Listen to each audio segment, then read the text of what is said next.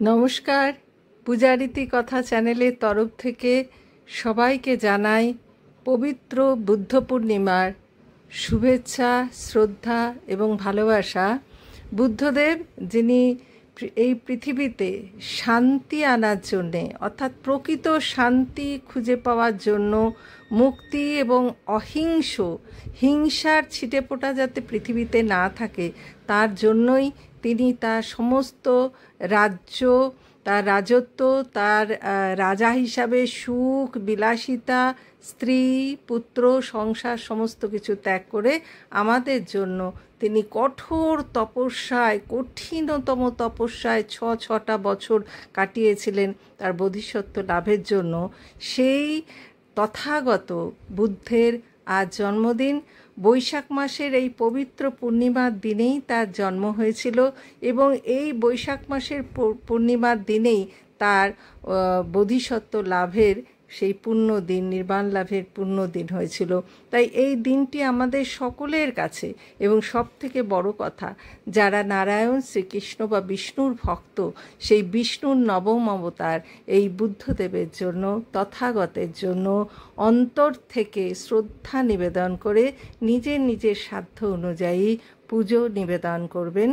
তাই আজকের দিনটিতে সকলেই আমরা সারাটা দিন প্রথমেই প্রতিজ্ঞা করব যাতে কোনো রকম হিংসা, বিদ্বেষ, ঘৃণা থেকে নিজেদের দূরে সরিয়ে রাখতে পারি।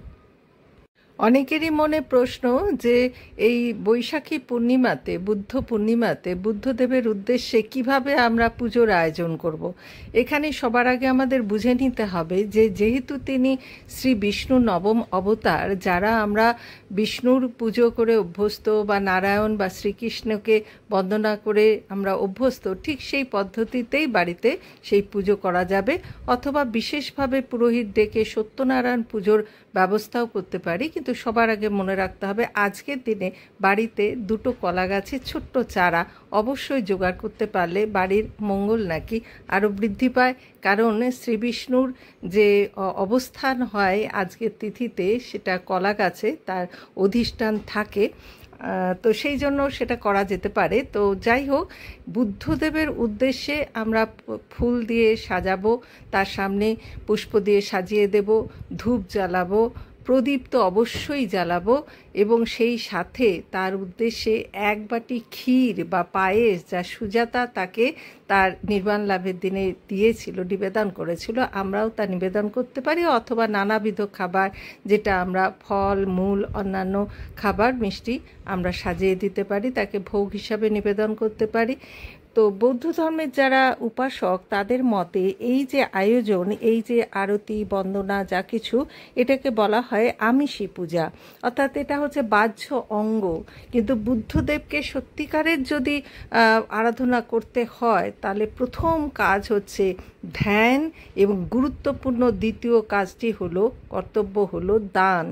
আজকের দিনে আমি আমার যথাসাধ্যভাবে যে কোনো অভুক্ত ব্যক্তি হোক বা দরিদ্র ব্যক্তি হোক বা অসহায় ব্যক্তিকে কিছুমাত্র খাদ্যবস্তু বিশেষত, অথবা অর্থ হোক, যাই হোক, আমি তাকে যেন অবশ্যই দান করতে পারি, নিজের মনের আগ্রহ থেকে যেন তাকে দান করতে পারি।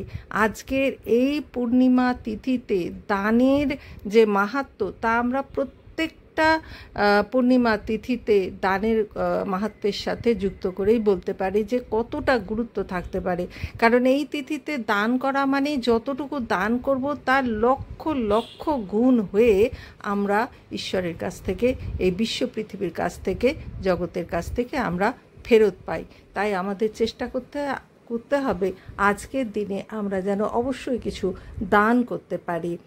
আর 10 মিনিট হলেও আমরা শান্তির জন্য, বিশেষত এখন আমাদের ভারতবর্ষের মাটিতে যারা আমরা বসবাস করছি, তারা জানি এই মুহূর্তে আমাদের একাগ্রভাবে, সম্মিলিতভাবে সকলে শান্তির জন্য, অর্থাৎ মানব সভ্যতার শান্তির কথা মনে রেখে আমাদেরকে অবশ্যই মেডিটেশন করা উচিত, আমাদেরকে অবশ্যই একাগ্রভাবে প্রার্থনা করা উচিত। করা উচিত এবং নিজের জীবনে পরিবারে যদি কল্যাণ মঙ্গল চাই তাহলে আমাদেরকে বৈশাখী পূর্ণিমার সন্ধ্যায় একটি প্রদীপ জ্বালিয়ে নিয়ে একাগ্র চিত্তে বুদ্ধদেবের কোনো মূর্তির সামনে বা ছবির সামনে একাগ্র চিত্তে প্রার্থনা করতে হবে। নিজের ভিতরের হিংসা, বিদ্বেষ, লোভ যতদূর সম্ভব দূর করা যাবে, তাতেই মঙ্গল আসবে, জীবনে শান্তি আসবে। তবেই হবে প্রকৃত বুদ্ধদেবের প্রতি আমাদের আন্তরিক নিবেদন।